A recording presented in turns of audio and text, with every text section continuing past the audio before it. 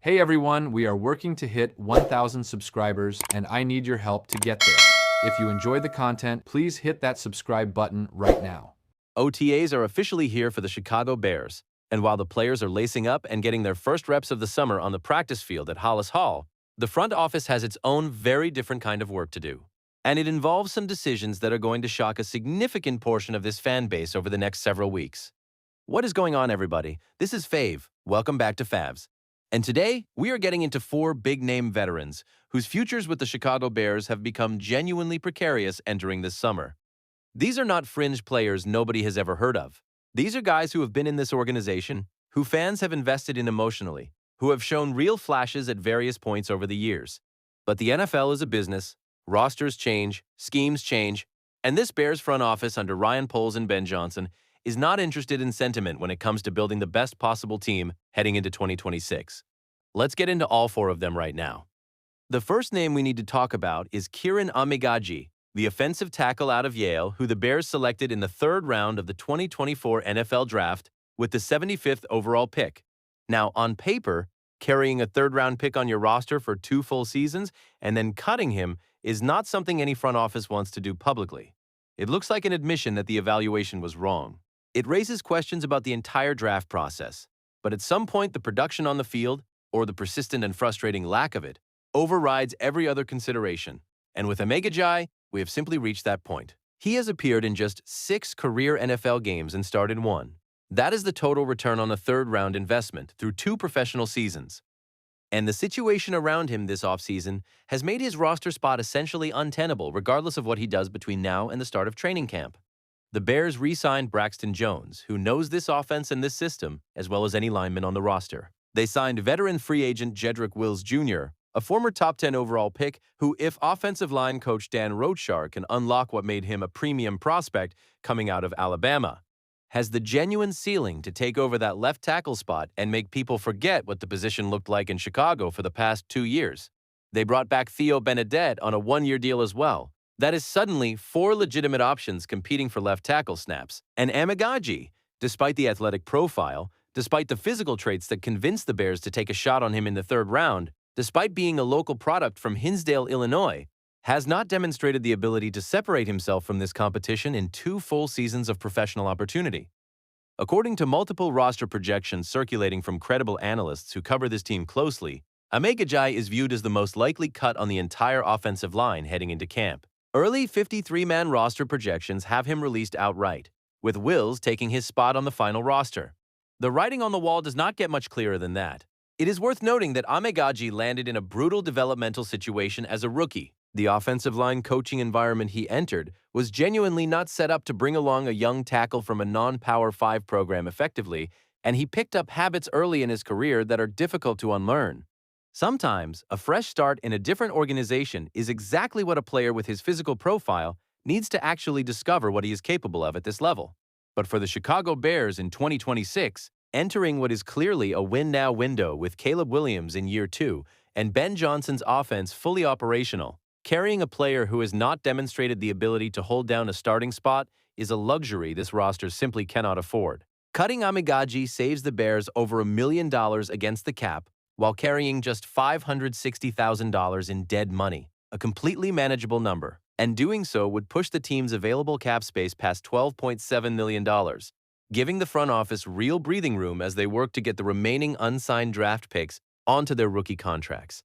Now, let's move to the second name, and this one is more complicated because of how the 2025 season was shaping up for this player before everything changed. Noah Sewell, the linebacker who was finally beginning to find his footing within this defensive system, is entering this offseason in a significantly compromised position, and the reason goes beyond just the linebacker room getting crowded this spring.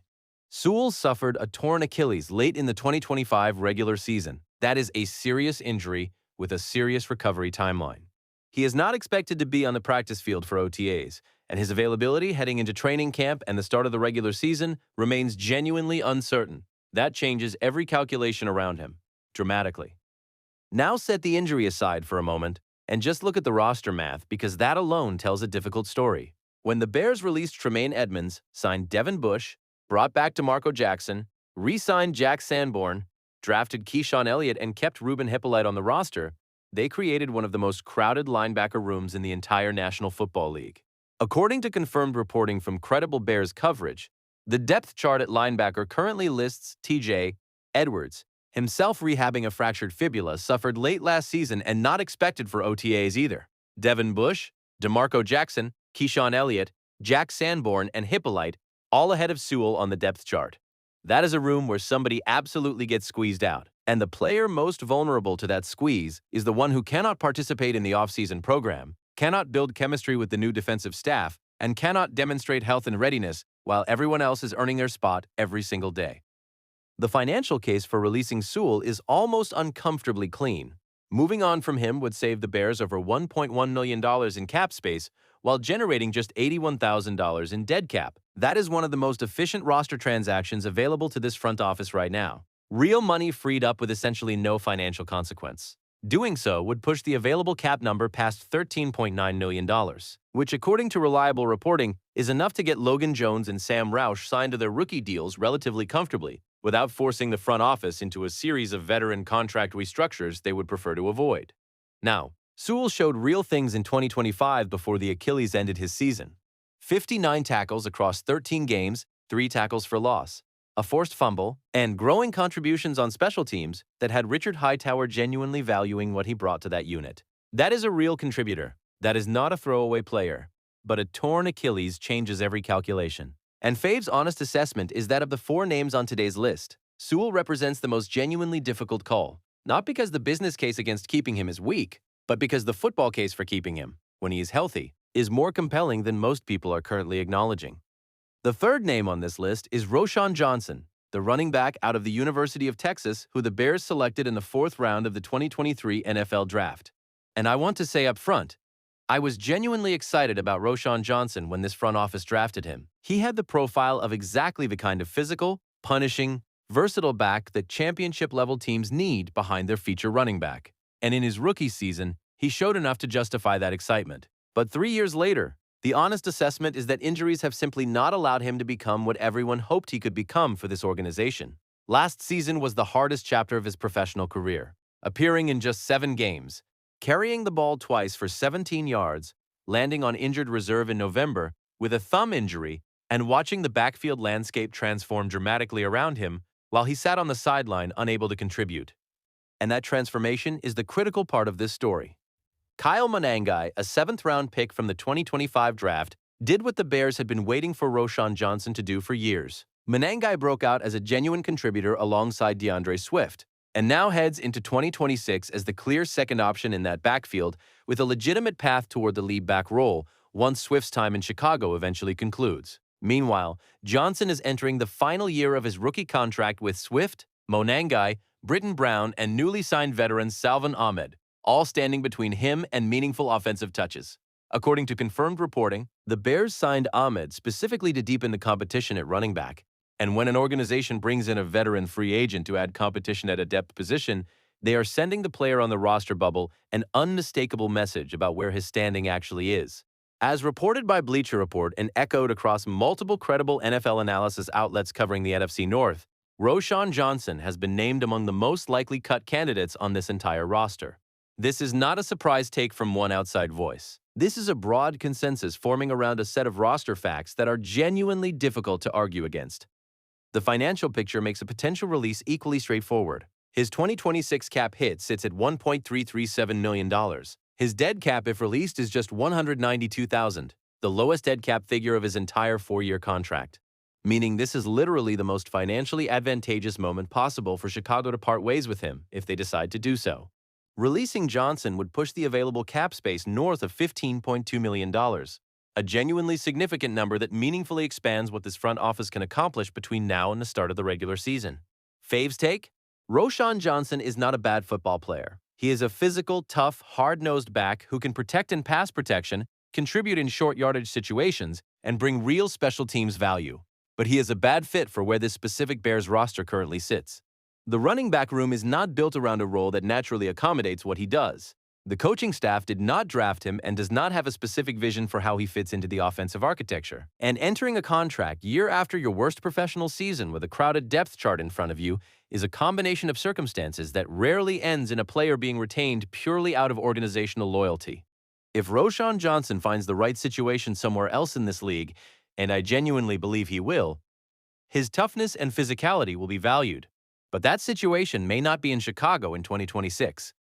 Now here is the fourth name on today's list. And this one is going to surprise some of you, because the Bears literally just brought this player back this offseason. Jack Sanborn, the Lake's Zurich, Illinois native who ground through several difficult years of Bears football and became a genuine fan favorite for the effort and the motor he brought to every single snap. Chicago let him walk to Dallas last season, he contributed there, and then the Bears turned around and brought him back this spring on a new deal. And I want to be clear, I genuinely like Jack Sanborn as a football player. But the linebacker room that now exists in Chicago, as we already covered in detail, has become one of the most densely packed position groups on this entire roster. And the specific circumstances of Sanborn's contract create a situation that this front office has to be actively discussing right now. Here is what makes the Sanborn situation uniquely interesting from a pure business perspective. His contract structure is about as financially clean as it gets in professional football. 1 year, $1.075 million, no signing bonus, no guaranteed money, which means zero dead cap consequences if the Bears release him. That means if Chicago cuts Jack Sanborn before June 1st, they get every single dollar of that contract back immediately with no financial penalty whatsoever attached to the decision.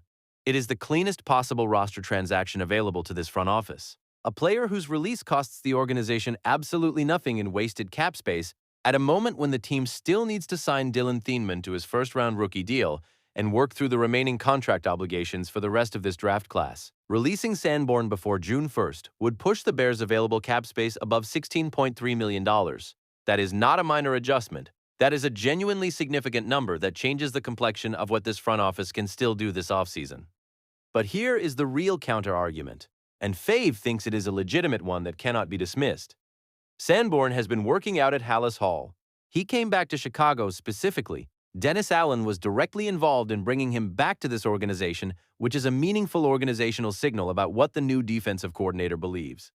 Sanborn offers his system, and with both TJ Edwards and Noah Sewell rehabbing significant injuries and not expected to be on the field for OTAs, the linebacker room actually needs reliable veterans who can operate in the system every single day, help teach the younger players, and give the coaching staff something concrete to evaluate during these early off-season workouts. Sanborn's NFL experience, his familiarity with middle linebacker responsibilities, and his consistent presence on special teams, all of that has tangible functional value for a team in its first full season, operating under a new defensive coordinator who is still building the culture he wants in that defensive meeting room. So where does that leave the linebacker room heading into camp? Fave's read is this. Of the linebacker spots available on this roster, 5 names feel essentially locked in. Devin Bush, Edwards, once he returns healthy, DeMarco Jackson, Keyshawn Elliott as the drafted rookie the organization is committed to developing, and Ruben Hypolite, who is in the second year of his rookie contract under a coaching staff that specifically selected him. That is 5 linebackers who are almost certainly safe. The final spot in the room becomes the battle between Jack Sanborn and Noah Sewell, and the deciding factors are health and availability. If Sewell cannot get on the field and demonstrate his recovery from the torn Achilles with enough time before camp, Sanborn wins that battle by default simply by being present and productive every day. If Sewell returns to full health and looks like himself during training camp, the competition genuinely opens up again. But between the two of them, cutting both would be excessive and unlikely. One of them survives, and everything points to Sanborn having the edge simply because his legs are under him right now. Now, let's pull back and look at what all 4 of these conversations are actually telling us about the Chicago Bears organization as we head into the summer of 2026. Because taken together, Kieran Amegadjie, Noah Sewell, Roshan Johnson, and Jack Sanborn are not 4 random roster decisions happening in isolation. They are 4 separate data points that all point toward the same organizational reality. The Chicago Bears are operating with the urgency and the ruthlessness of a team that genuinely believes it can compete for a championship in the near future, and they are making roster decisions accordingly. This is not a rebuilding operation that can afford to carry players on potential and draft status alone. This is not a front office that has the financial or roster flexibility to keep veterans around for sentimental reasons tied to their history with the franchise. Every single roster spot, every single dollar of cap space, every single decision between now and the September opener is being evaluated through one specific lens: Does this give us the best possible chance to win in 2026? And when you run each of these 4 players through that lens, honestly, and without bias, the answers are complicated, the emotions are real, but the business logic is difficult to dispute. Cutting all 4 of these players simultaneously would push the available cap space past $16 million and give this front office the flexibility to handle every remaining financial obligation cleanly, from rookie signings to potential in-season additions. Cutting 2 of the 4, which Faye believes is the most likely scenario, still meaningfully improves the cap picture while preserving the players whose skill sets align most directly with what the coaching staff wants to do schematically in 2026. Either way, the Bears are heading into training camp lighter, leaner, more financially flexible, and more intentionally constructed than they have been heading into any summer in recent memory. And that combination, a smart roster, a franchise quarterback in year 2, a fully installed offensive system, and a completely overhauled defense, is what a genuinely dangerous team looks like before the season even starts. Drop your thoughts in the comments right now. Which of these 4 do you think is gone before training camp? And which one earns a spot on the final 53? I want every single takedown there. Smash that like button if you are locked in on Bears news throughout this entire offseason. Subscribe right now so you do not miss a single roster move, a single development, or a single story, as this team builds toward what could be the most important season this franchise has seen in a very long time. This is Fave, this is Favs, and I will catch you on the very next one. Bear down.